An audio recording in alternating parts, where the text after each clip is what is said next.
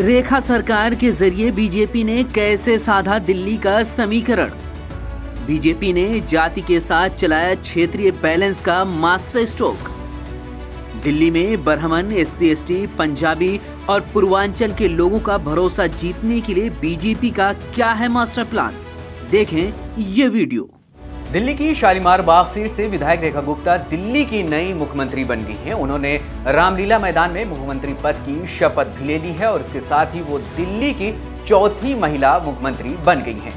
इससे पहले सुषमा स्वराज, शीला दीक्षित और आतिशी दिल्ली की महिला CM थी। बीजेपी के लिए रेखा गुप्ता को दिल्ली का मुख्यमंत्री बनाना मजबूरी भी था और जरूरी भी था, क्योंकि बीजेपी की 13 से अधिक राज्यों में सरकार है, लेकिन एक भी राज्य ऐसा नहीं है जहां पर महिला CM हो। इसके अलावा महिलाओं को संसद और विधानसभाओं में 33% सीटें आरक्षित करने का फैसला भी मोदी सरकार ने ही किया था। ऐसे में बीजेपी को अपने आप को साबित करने के लिए दिल्ली CM फेस के रूप में किसी महिला को आगे बढ़ाना जरूरी था।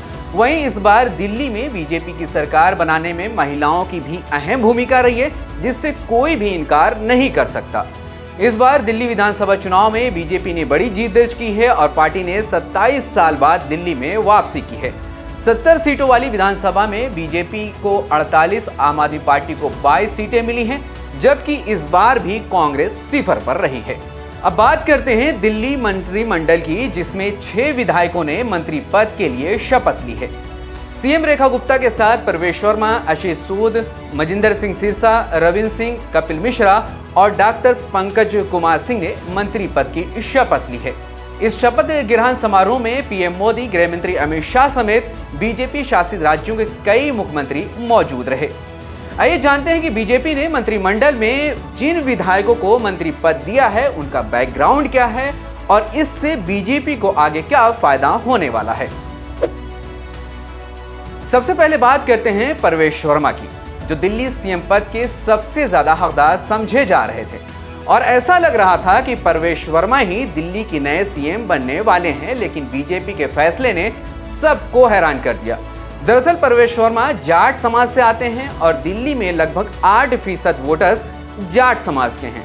दिल्ली के ग्रामीण बाहरी इलाकों में जाट और गुर्जर समाज के मतदाता बड़ी संख्या में मौजूद हैं। इस समुदाय को साधने के लिए भाजपा ने प्रवेश वर्मा को मंत्री बनाया है। प्रवेश वर्मा की जाटों में राजनीतिक पकड़ बहुत मजबूत है और भाजपा आगामी लाभ के लिए इस वर्ग को अपने पाले से बाहर नहीं रखना चाहती है। बता दें कि प्रवेश वर्मा ने नई दिल्ली विधानसभा सीट पर 10 साल से दिल्ली की सत्ता पर काबिज आम आदमी पार्टी के मुखिया अरविंद केजरीवाल को जबरदस्त शिकस्त दी है। बात अगर पंजाबी मंत्रियों की करें तो इस बार बीजेपी ने दिल्ली में एक नहीं बल्कि 2 मंत्री दिए हैं। मजिंदर सिंह सिरसा और आशीष सूद को कैबिनेट में शामिल करके ये साबित कर दिया बीजेपी ने कि बीजेपी पंजाबी वोटर्स को लेकर कितनी ज्यादा संजीदा है। दरअसल दिल्ली की राजनीति में पंजाबी समुदाय का बहुत बड़ा रोल है।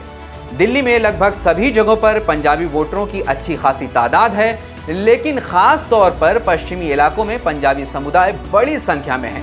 पंजाबी और सिख समुदाय इन इलाकों में तकरीबन 55 से 60% हैं।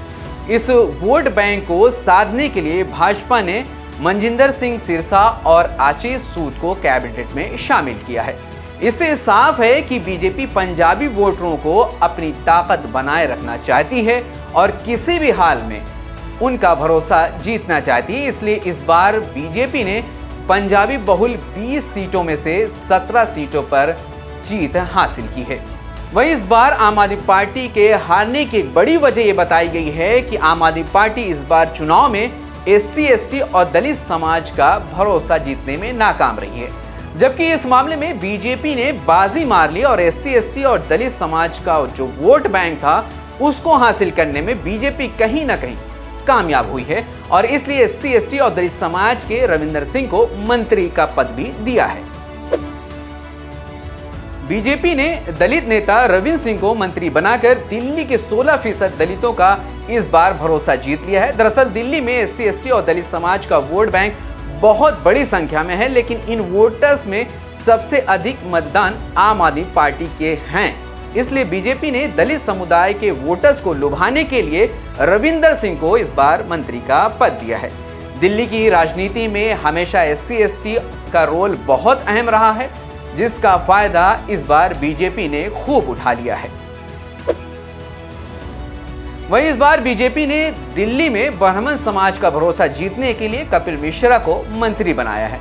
आपको पता ही है कि ब्राह्मण समाज को भाजपा के कोर वोटर में गिना जाता है। इन वोटर्स को खुश करने के लिए भाजपा ने कपिल मिश्रा को इस बार कैबिनेट में शामिल किया है। कपिल मिश्रा अक्सर अपने विवादित बयानों के जरिए सुर्खियों में बने रहते हैं। वो हिंदुत्व राजनीति के एजेंडों को आगे बढ़ाने में काफी सफल रहे हैं और दिल्ली में 13% जो ब्राह्मण समुदाय है उसका नेतृत्व करने में कहीं न कहीं वो सक्रिय रहे हैं।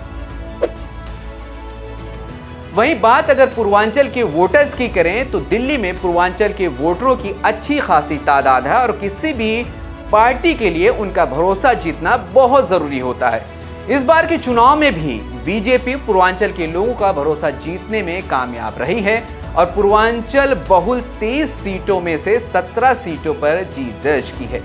आपको बता दें कि दिल्ली में पूर्वांचल के रहने वाले लोगों की तादाद लगभग 30% है और दिल्ली की 23 सीटों पर यही लोग हार और जीत का फैसला भी करते हैं।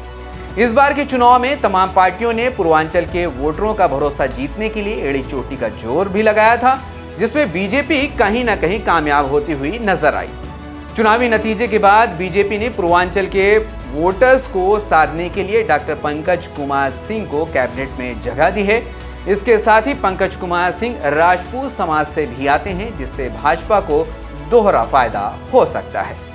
इस बार भारतीय जनता पार्टी ने दिल्ली की जातिगत और क्षेत्रीय विविधता को बखूबी समझते हुए अपनी कैबिनेट में मंत्रियों का चयन किया है।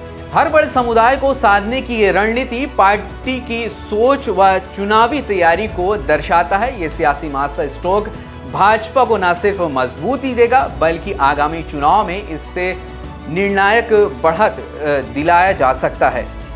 क्या ये रणनीति दिल्ली में बीजेपी के लिए गेम चेंजर साबित होगी, ये आने वाला वक्त ही बताएगा। धन्यवाद।